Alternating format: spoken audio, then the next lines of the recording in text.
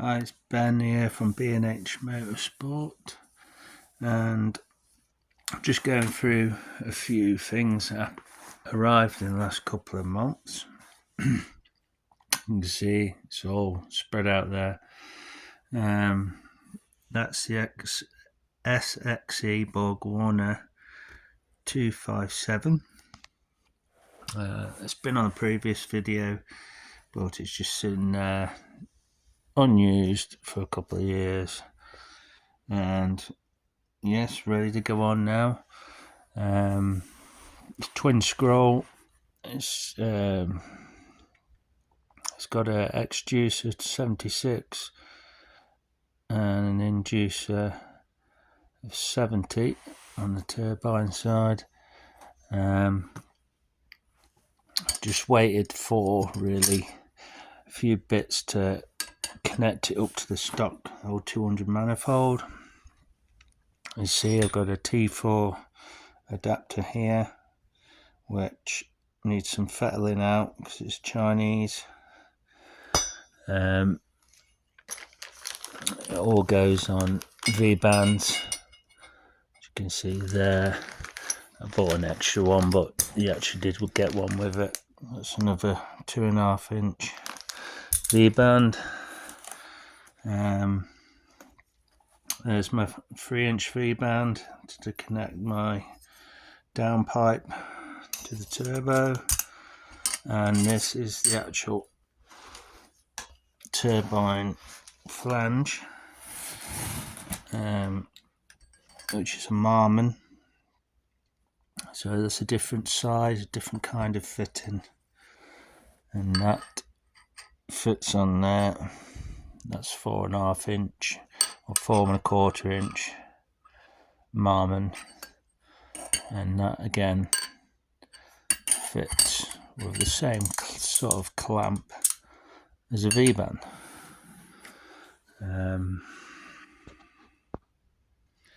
What you can see here is another flange, but this is for my twin scroll tubing manifold. So this is a future project. I've got all the pieces to make my manifold, just haven't got a TIG welder to manufacture it yet. As you see, it's got, you split cylinders 1 and 4 together and 3 and 2 together, and you see it's divided all the way through with its gasket, and you got the 2 outlets for 2 twin wastegates, on there, and that reflects and the twin scroll in there on the housing. So basically you've always got pulsers, a set of pulsers feeding the small side of the compressor wheel and the large side, just to aid spooling. So what you can see is an array of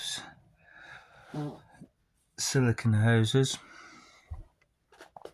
and that's off the turbo, and they're 6mm thick, reinforced, and they're to support up to 50 psi boosts or more, but this turbo is capable of holding up to just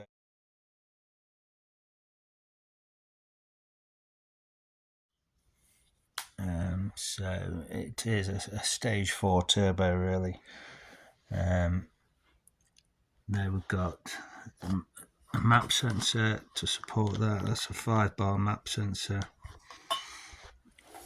and hard pipe, and nice T-bolt clamps. And you can see there, I actually did order these before on the wrong size. I ordered 64mm, but what I required was 68 to take out the thickness.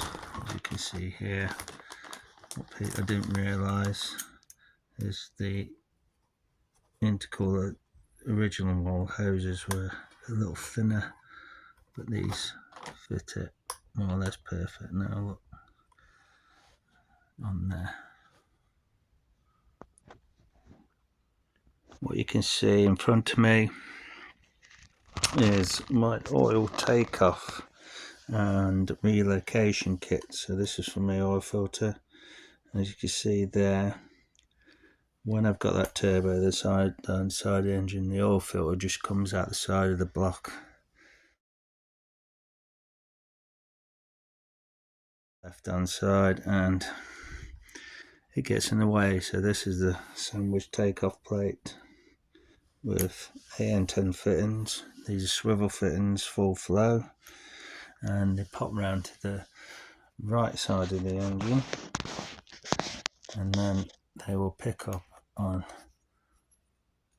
the filter housing, just attached to the side of the block like this, and then on these two ports will be a feed and return around down to the oil filter and then back round to the engine and the sump via this. So you've got different kind of fittings, so you can fit different filters. The beauty of this takeoff, you can have oil filled to your turbo, for example, and gauge, oil pressure gauge on there, or oil temperature gauge if you're running a cooler. An AN10 line, got a couple of meters of that to pass from the left to the right side of the engine. Also, to join the pair, the AN10 line, I've got some red anodized clamps. This bag is a turbo oil feeder and return line kit. You can see these turbos actually are used on a 1JZ and a 2JZ, so big old turbos. Like I say, it's rated 300 to 650 horsepower turbo, and it is a journal bearing turbo. It's got Inconel turbine wheel, very light, and they're a very responsive turbo. And you can see it's made out of billet. You can just see in the blade design, and this is all billet, and it's a very fast spinning turbo, and they're very responsive. From, I think it was, they respond from about 1.4 bar all the way up to close to 4 bar the boost. So I'm going to be aiming to run 3.4 bar on this setup. Yeah, thanks for watching. Hope you enjoyed this. Stay tuned for all these parts fitted, and hopefully I'll get a good boost, reliable boost, and decent amount of power made. And of course, because it's a diesel, a hell of a lot of torque.